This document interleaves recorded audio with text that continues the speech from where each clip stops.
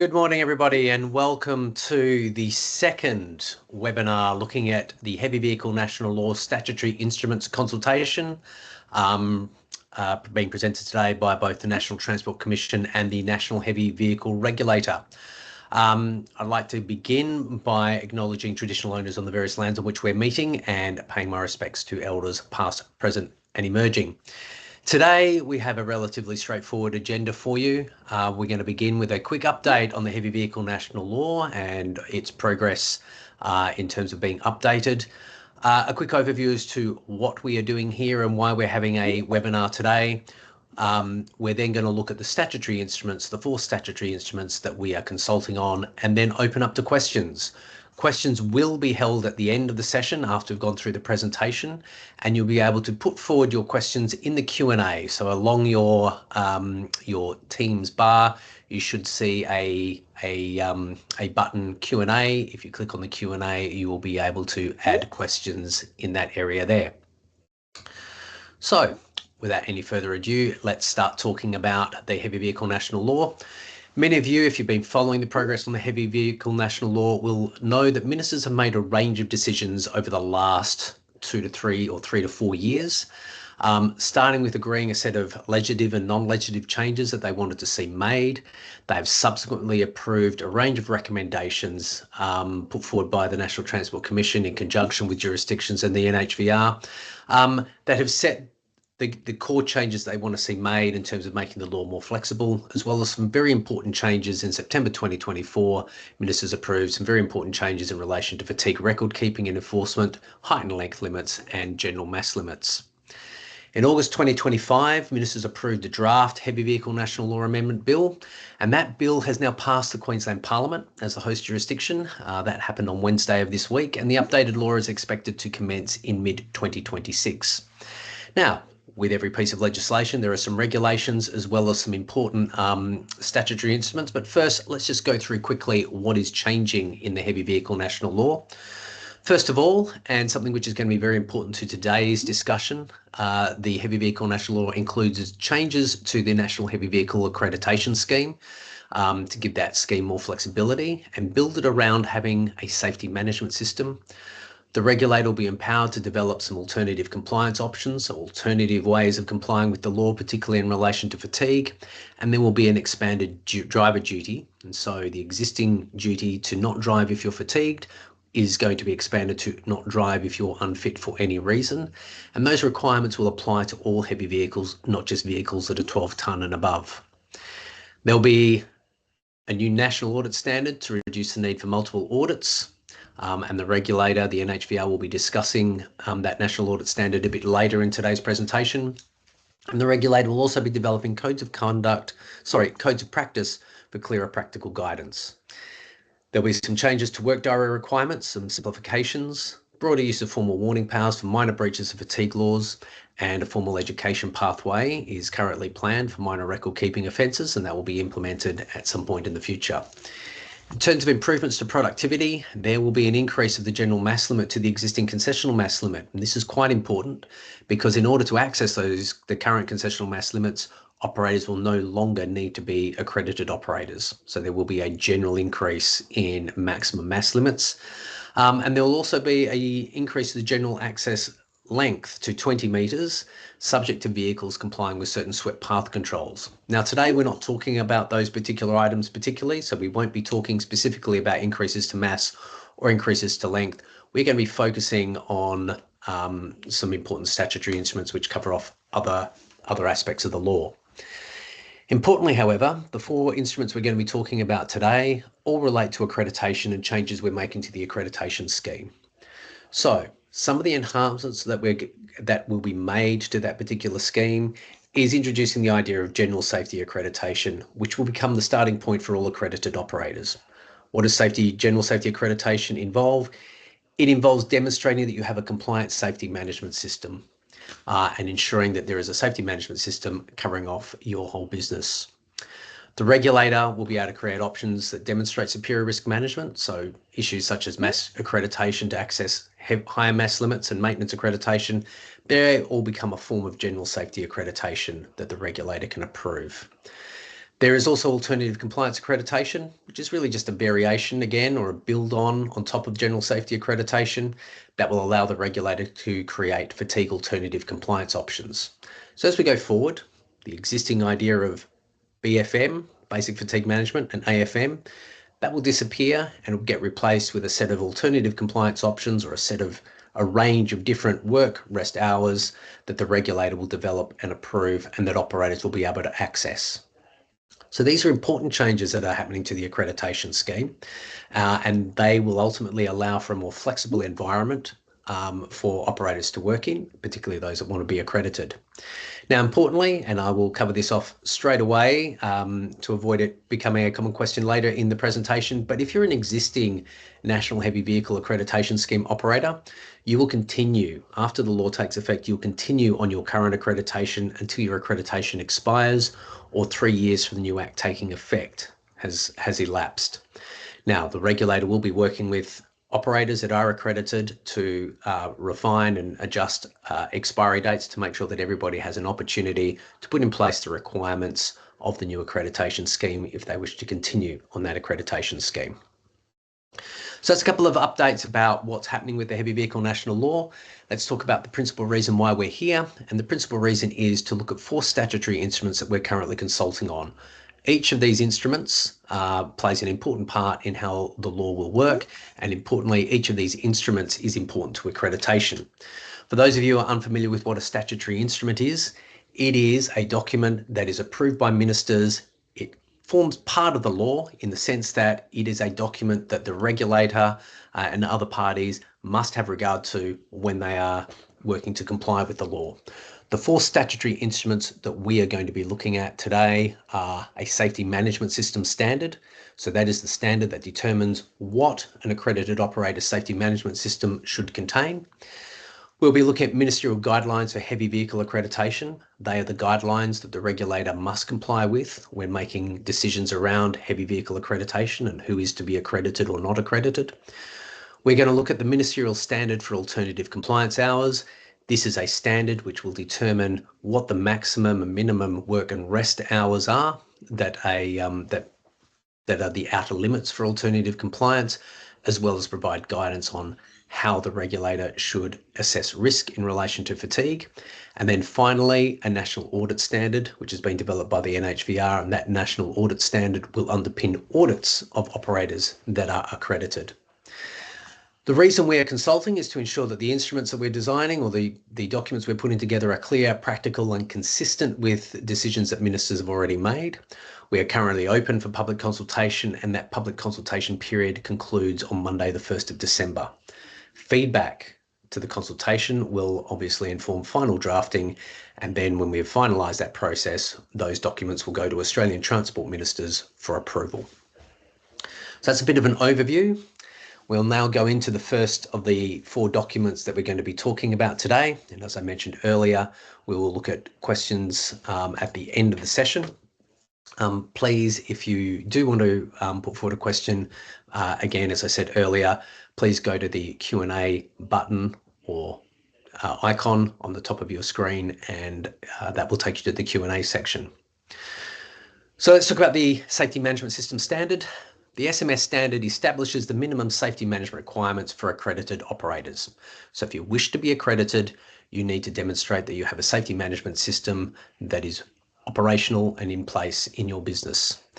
That SMS standard provides a foundation for accreditation decisions and safety assurance. So it is a core document that the regulator will be looking at and auditors will be looking at to determine how you're controlling risks within your business. Key features of the SMS standard, it is obviously establishing a national standard that sets performance-based outcomes for managing safety.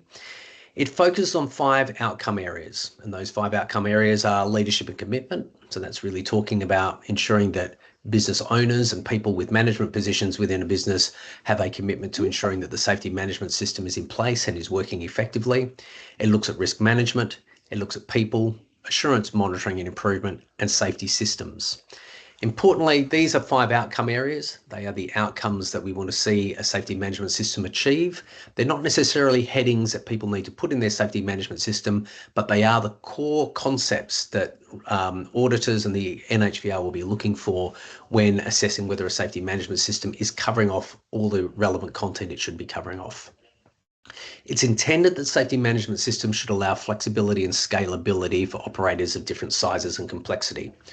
We know that even under the existing scheme, accredited operators can vary from one truck operations through to transnational companies. We need to make sure that the safety management system can be applied to businesses of all sizes, businesses of all complexities, and important businesses with different risk profiles.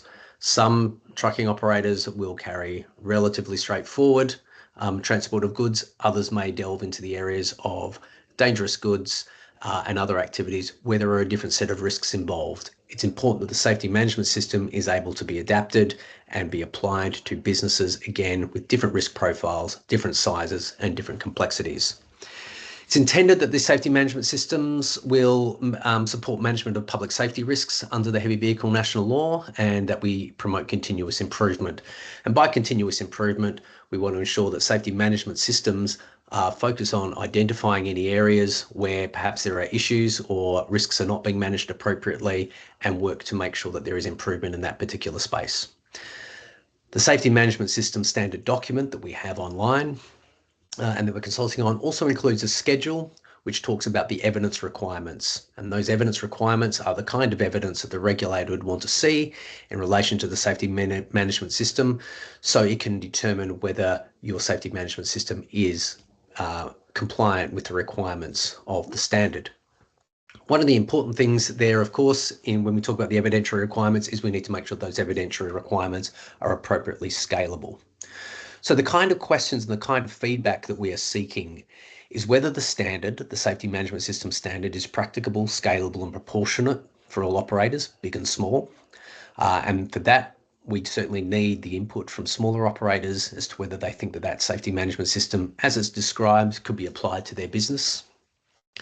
Are the performance outcomes that are described in the standard clear?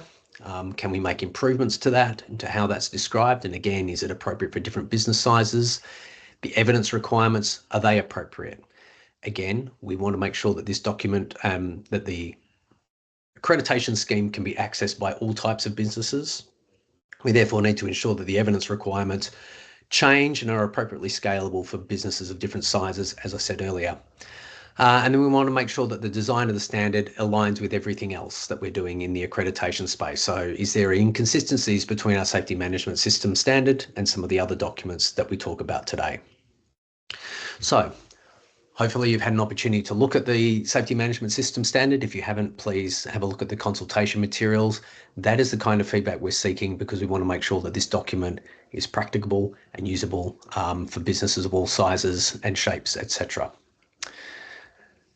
The next document I want to talk about, the next document we're consulting on, are the Ministerial Guidelines for Heavy Vehicle Accreditation. As I mentioned earlier, this is a document that the regulator must use when making accreditation decisions, and that's decisions in relation to granting, renewing, or cancelling accreditation. And the reason for having ministerial guidelines are to ensure that accreditation decisions are consistent, transparent, and risk-based, but also to ensure that the accreditation scheme is meeting the expectations of ministers and addressing the risks that ministers consider important to them. So the ministerial guidelines, again, they are binding on the NHVR when making accreditation decisions. The regulator must have a look and determine whether an application is consistent with the guidelines. It defines a process for granting, renewing, varying, and cancelling accreditation. It establishes consistent assessment criteria and evidence requirements for applicants. And finally, it provides some transitional and administrative arrangements to ensure the smooth implementation, particularly for operators that will be going from the existing NHVAS, so existing accredited operators, into the new scheme as they gradually transition across to the new scheme. Again, the feedback that we are seeking in relation to this include very similar questions to what we asked before. Are the guidelines clear and practical? Are they consistent with the minister's agreed policy intent And are the assessment and evidence requirements achievable for operators of varying sizes and complexity? So again, it's very important. We want to make sure that accreditation is open to all, which means we need to make sure that the assessment criteria do not preclude operators simply on the basis of their size. Our final NTC document is a ministerial standard for alternative compliance hours. This document applies specifically to fatigue alternative accreditation. So essentially, the environment that we're putting in place to replace existing basic fatigue management and advanced fatigue management. It does two things. It defines the outer limits for fatigue alternative compliance hours that are able to be granted by the regulator. So that includes maximum work and minimum rest requirements. It's intended to enable flexible fatigue management approaches while maintaining or improving safety. And of course, the other thing it does is it provides guidance for how the regulator must consider risk and fatigue related risk when they are assessing fatigue accreditation options. So let's talk about some of the key features in this document. First is it defines the outer limits for work and rest hours under fatigue alternative compliance. So the outer limits we have in place in this particular document is a maximum of 15.5 hours work in any 24-hour period and a minimum of 7 hours continuous rest in any 24-hour period. The document also provides provisions for drivers to be able to take a split rest break, where that split rest is broken into two parts.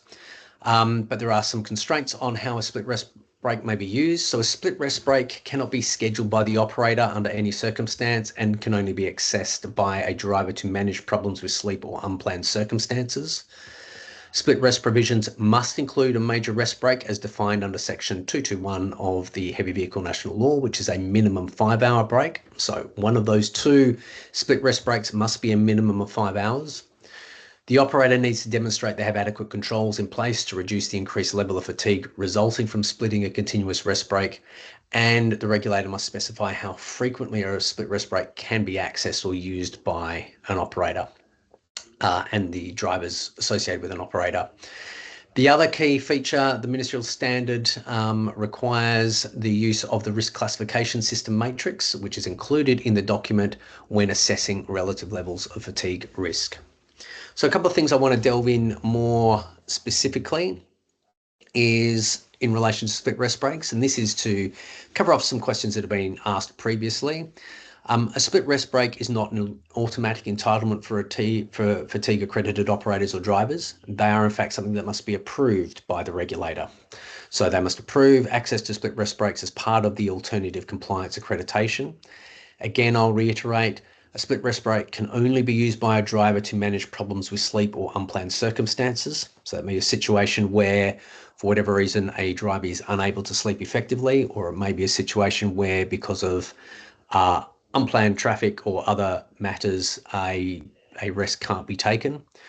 The regulator will determine how the rest can be split. So examples might be a 6 and 2 or a 5 and 3, and there may be variations on that, or a more open environment for how that risk can be split in terms of minimum breaks. As I said previously, the regulator will determine how often a rest break can be utilised, and again, the requirements for managing the fatigue associated with taking a split rest break. Importantly, the regulator will be able to further limit when a driver can take a rest break. So for example, if there is an operator that ran both multi-day trips as well as around town or relatively close to base trips, the regulator may specify that a driver can only access a split rest break when taking a multi-day trip. A couple of critical points again. I'm going to highlight that a scheduler cannot plan a trip around a driver taking or using a split rest break, and all scheduled trips must be able to be completed without the need for a split rest break. So again, a split rest break cannot be used operationally by an operator in order to plan a trip. It can only be accessed by a driver to manage unexpected circumstances and the inability to take rest. Feedback sought. One important thing that has been put forward is a suggestion that split rest break provisions should be subject to a requirement that the total of those two individual split rest breaks should be a minimum of 8 hours. So at the moment, a 5 and 2 split rest break would be permissible because it only needs to add up to 7, but it has been put forward that to better manage that fatigue, it should be a minimum of 8 hours. So again, a 5-2 or 6-1 split rest break would not be permitted in that circumstance. And so we're certainly seeking comment as to whether the split rest break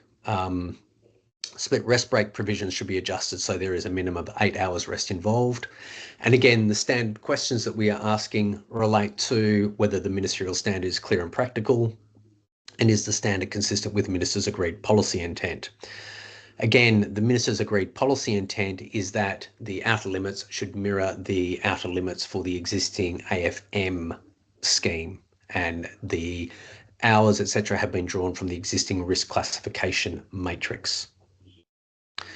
So that's the 3 instruments that I want to talk to you about today. I will now pass across to my colleagues from the National Heavy Vehicle Regulator to talk about the National Audit Standard. Thanks for that, Aaron. It's Lisa Green here from NHVR, just to talk about the National Audit Standard.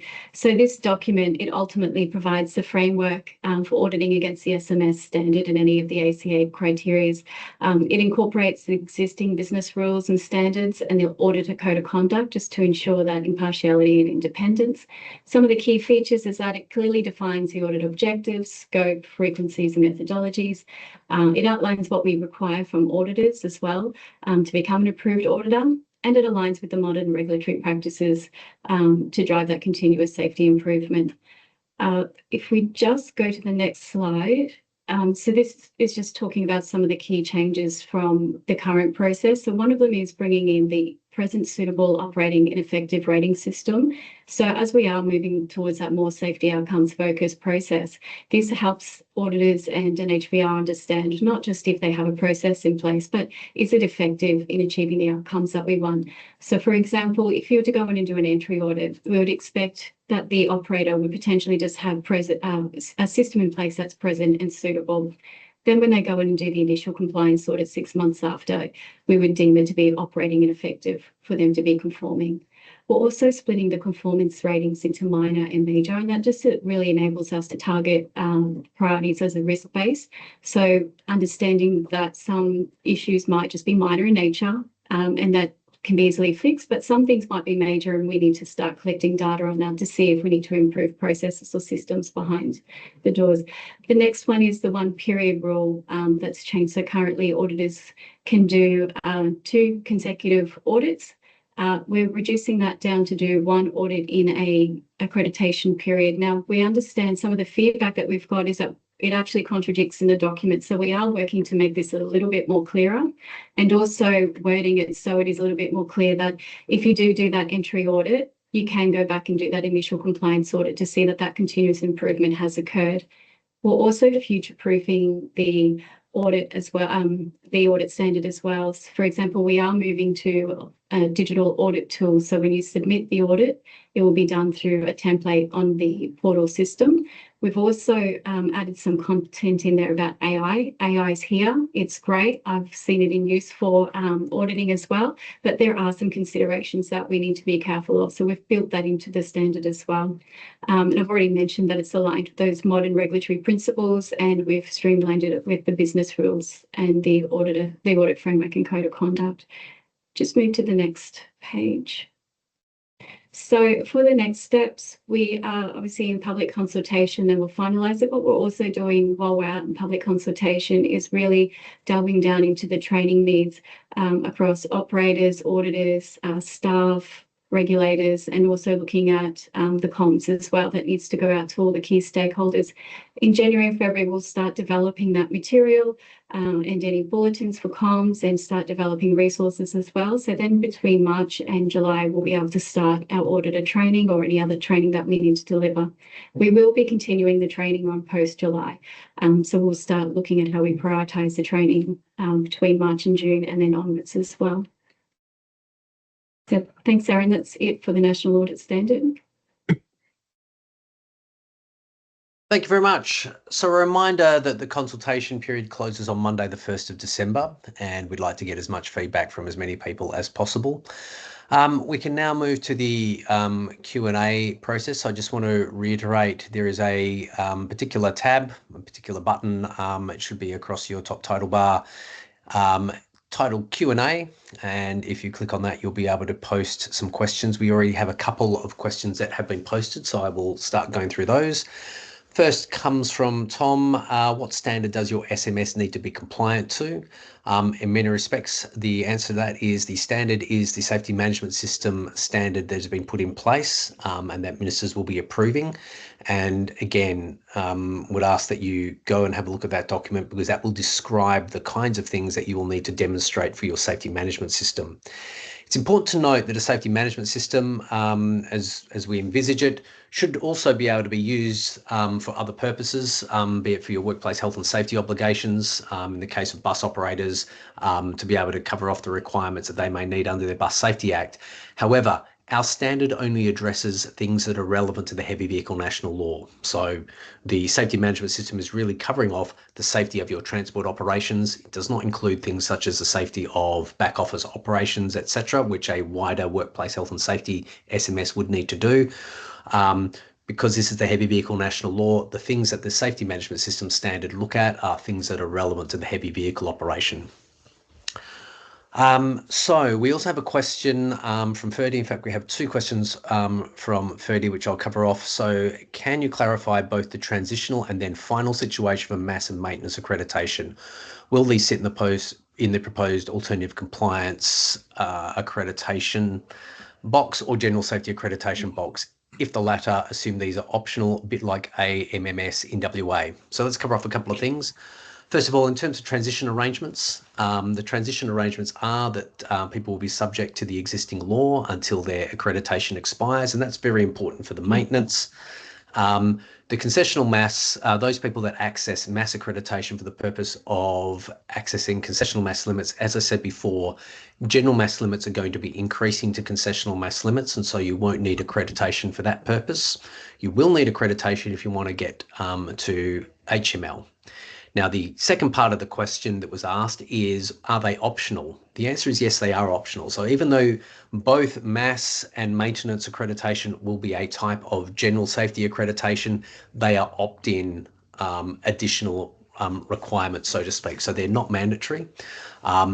We don't call them alternative compliance accreditation because they don't exempt you from a component of the heavy vehicle national law. So if we think about fatigue, if you get alternative compliance accreditation in fatigue, you no longer have to comply with the general schedule or the general hours, standard hours in the HVNL. You comply with instead a set of different hours. That isn't how it works for maintenance. Maintenance gets you certain concessions under state laws in Queensland and New South Wales. So in essence, the regulator will put together some additional requirements for people that wish to get maintenance. And if you fulfill the maintenance components, the regulator will give you an appropriate certificate, which you can then present to New South Wales or Queensland in order to get that exemption from annual vehicle inspections. In the case of mass accreditation, again, very similar process. It will be demonstrating a set of additional requirements over and above the standard general safety accreditation. And if you get those particular requirements fulfilled, then you'll be able to access the higher mass limits under the HVNL.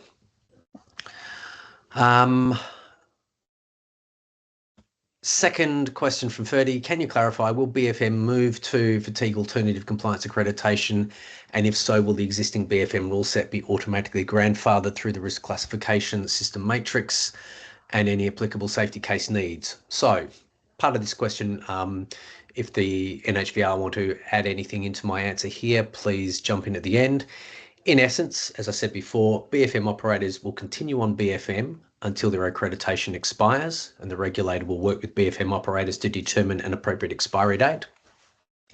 The regulator will be developing new alternative compliance options under the new scheme, and anybody on BFM, as they come off BFM, will be able to look at the available options, choose whichever one is most appropriate for their business, and then apply for it. So BFM has not been grandfathered. Instead, BFM will be part of a transition arrangement, and then as the regulator develops new accreditation schemes, and no doubt one of those will be very similar, if not identical to BFM, BFM operators will be able to apply for that, but of course they'll need to demonstrate they have a complete safety management system in place.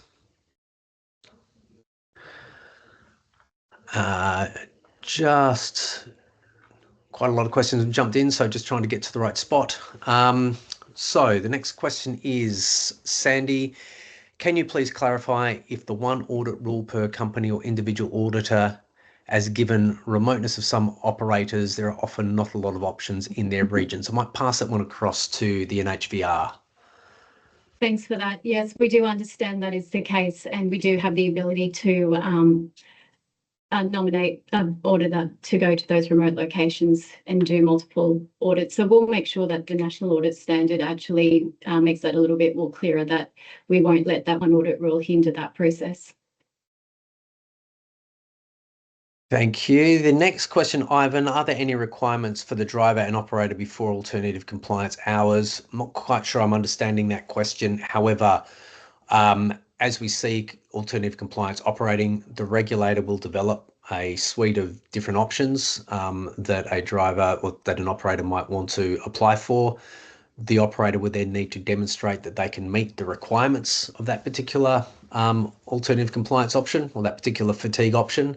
And then there will be a need for the driver and the operator, obviously, to comply with any conditions that might be associated with that, which might be specific requirements around medicals or specific requirements around driver training in fatigue management, etc. So whatever requirements the regulator might place on the operator and the operator's drivers to operate on that particular fatigue schedule, the operator would need and the driver would need to comply with.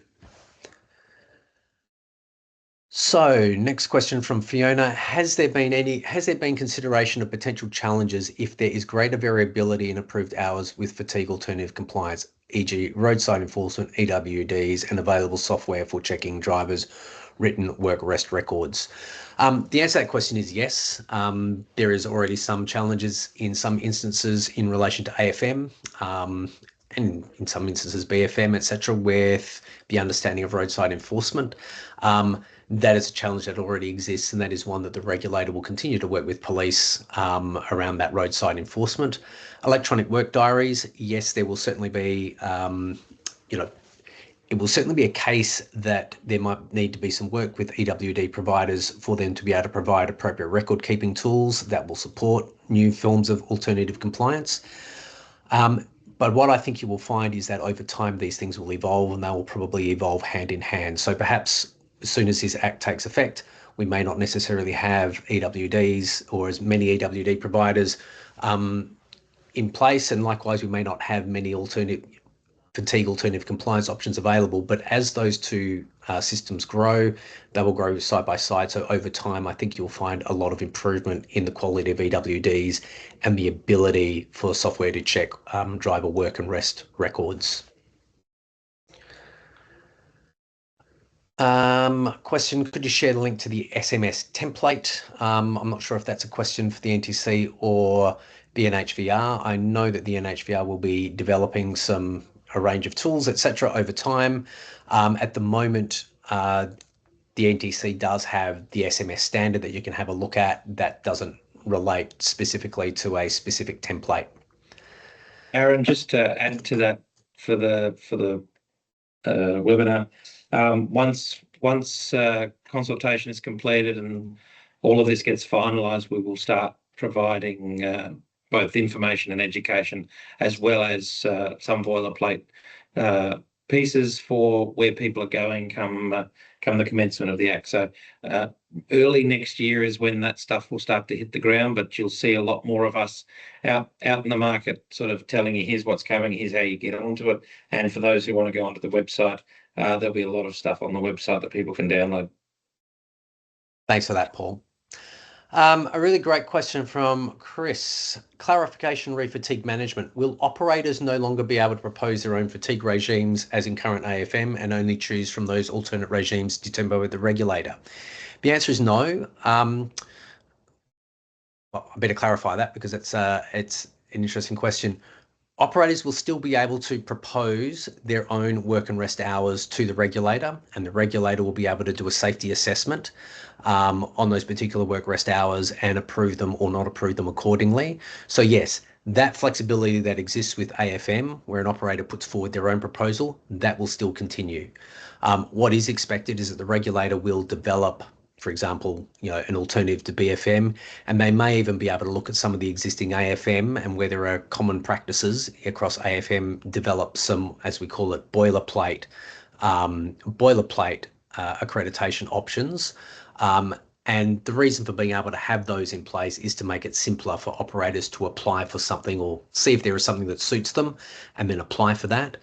Of course, if there isn't anything there that is suitable to your particular business, yes, operators will be able to put forward their own proposals and the regulator will be able to assess them according to the risk classification system, risk classification matrix, and make an appropriate decision in relation to those work and rest hours. A question from Kerry: if we are writing up an operator today for NHVAS accreditation, will that accreditation continue unchanged for the next 2 years? The answer is yes. Slight twist to that, probably if you're just using accreditation for concessional mass limits, yes, the accreditation will still be in play, but of course it won't have any practical impact. Naturally, if you're using it to access HML, then that would continue.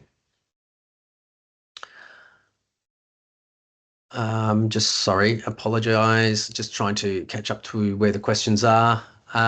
Next question: can you clarify the audit situation for multiple site operators? Does the auditor actually need to physically visit each of the sampled sites?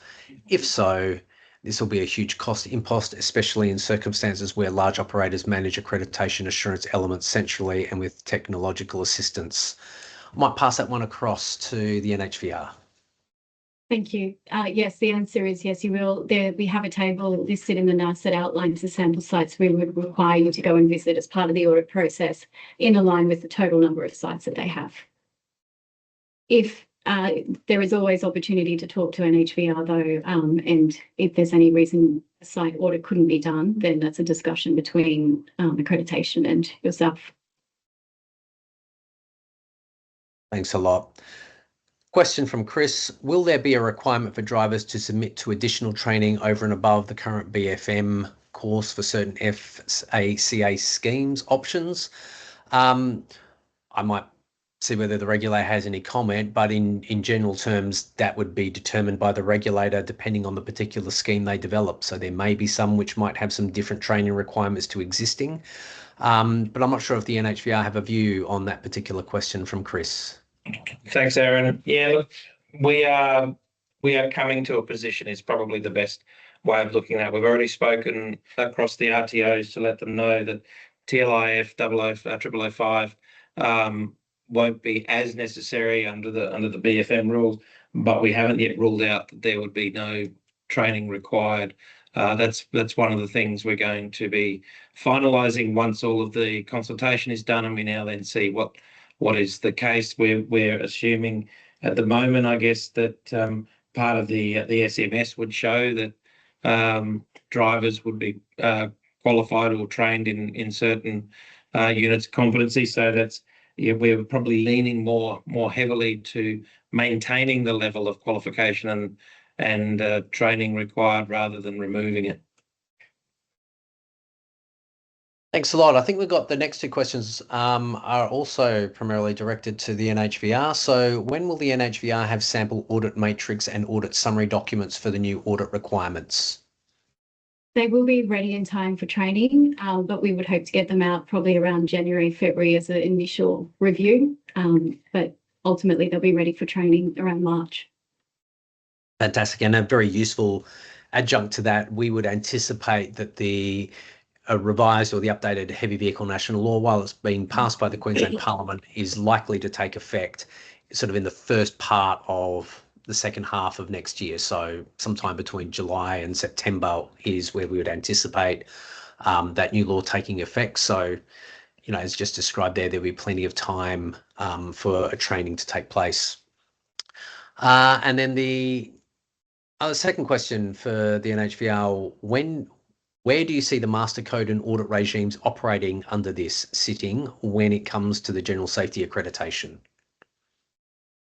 One of the components of the general safety accreditation is the risk management process, and I think this is where the master code will have a really good importance of using it, understanding the risks and the hazards that are within an operating a heavy vehicle transport operator is significant and the crux of it all. And the Master Code clearly outlines some hazards and potential controls that could be put in place for that. So that's how I see the two aligning.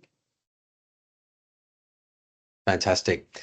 The next question from Anne is a little bit outside the purpose of today's webinar, but I'll just cover off the question in any case. So if CML is replacing GML, what does that mean for PBS vehicle approvals, especially those that have the CML and HML weights the same, mostly truck and quads?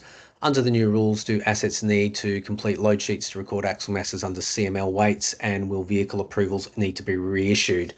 Some really good questions there, and I don't have the answers to all of those on hand because that's not a topic that we're looking at specifically today.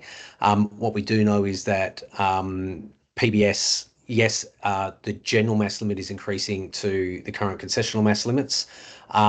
I'm not aware that that's having any specific impact on the PBS approval process, and certainly not in relation to needing vehicle approvals to be reissued. But there'll be further consultation on the changes to mass limits that will be commencing relatively soon, and that will probably be a better opportunity to get that question answered with complete clarity.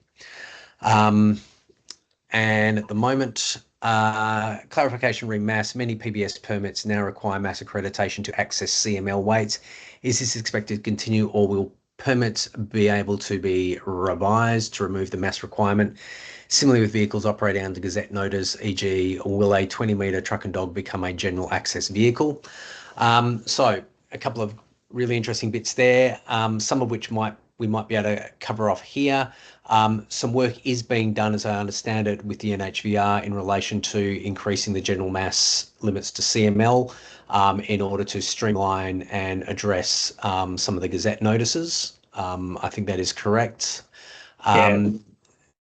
Yep, thank you, Paul. And then similar with vehicles operating Gazette notices, will a 20-metre truck and dog become a general access vehicle? Again, we're not talking about those mass and length increases today. I can tell you that the length increases isn't available to all vehicles. There are certain requirements in relation to low-speed swept path and certain requirements in relation to that. So I won't be able to answer that particular question today, but when we do start consulting on the regulations, we will be able to show you the detail of that, and you'll be able to we'll be able to answer some of those questions then. A question in relation to auditing. Yes, a question in relation to auditing from Fiona. Will further clarification be provided regarding conflicts of interest? If a business uses a consultant, how far removed from the auditor selected must the consultant be in order for it not to be considered a conflict of interest? Do we have an answer to that question? We do. So we will be developing some extra material guidance on that provides more information about that too. And we are also, based on previous feedback from previous sessions on this particular component, looking at rewording that. It's more about the declaration of the conflict of interest to NHVR. And if there's any doubt, let us know, and we'll be able to work with you in that situation to understand if there's a conflict, how do we manage it? Thanks a lot. A question from Kerry in relation to, will there be a ministerial standard for mass and dimension? If you're talking about a mass and dimension for the purpose of accreditation, no, there won't be a specific ministerial standard for that. There may be some text added to the ministerial guidelines in relation to mass in terms of what the regulators should be considering for mass accreditation, but that's subject to whether that's considered necessary by jurisdictions and other parties.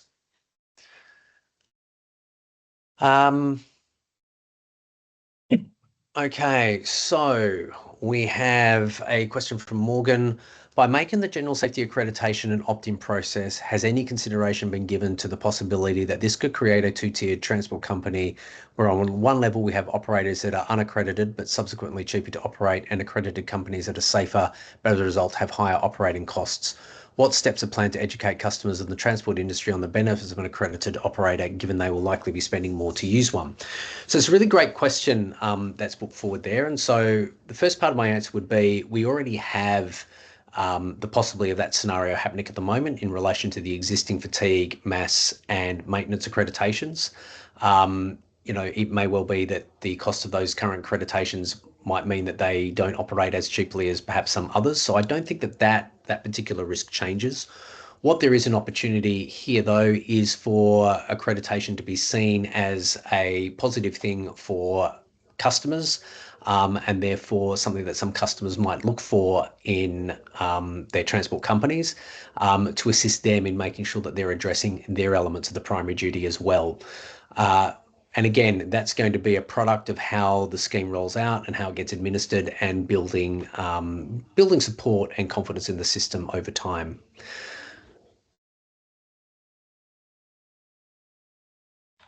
Next question, again, might be for the NHVR. Do auditors need to complete a new course for auditing safety management systems?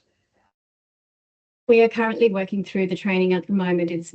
There will be some form of training that is required. We're just working through that at the moment. We'll know better in the new year as to what that training program will look like. Thank you very much. And of course, it would make sense with the new SMS standard to make sure there, at very least, there is some familiarisation with that new standard. Absolutely. Okay, so if I look at the Q&A area now, we don't have any outstanding questions. At least I don't think I've missed any. So might provide an opportunity if anybody does have a final question to put it in. And as soon as I say that, somebody does. From Fiona, will auditors have input into development of the audit tool? There'll be opportunity to provide feedback on it when we undertake the training, of course, but it's currently being developed in-house at the moment. Thanks a lot. Okay, again, I'll do another shout out for any last questions that people might have.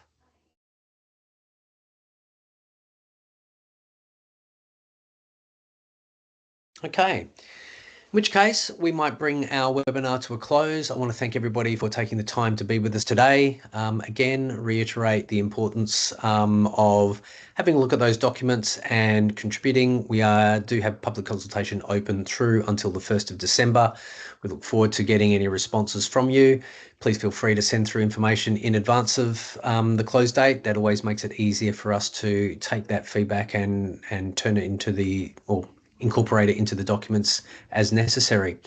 Once again, thank you to the NHVR for being available today, and I wish you all the best for the rest of the day. Thank you. Thanks, Aaron.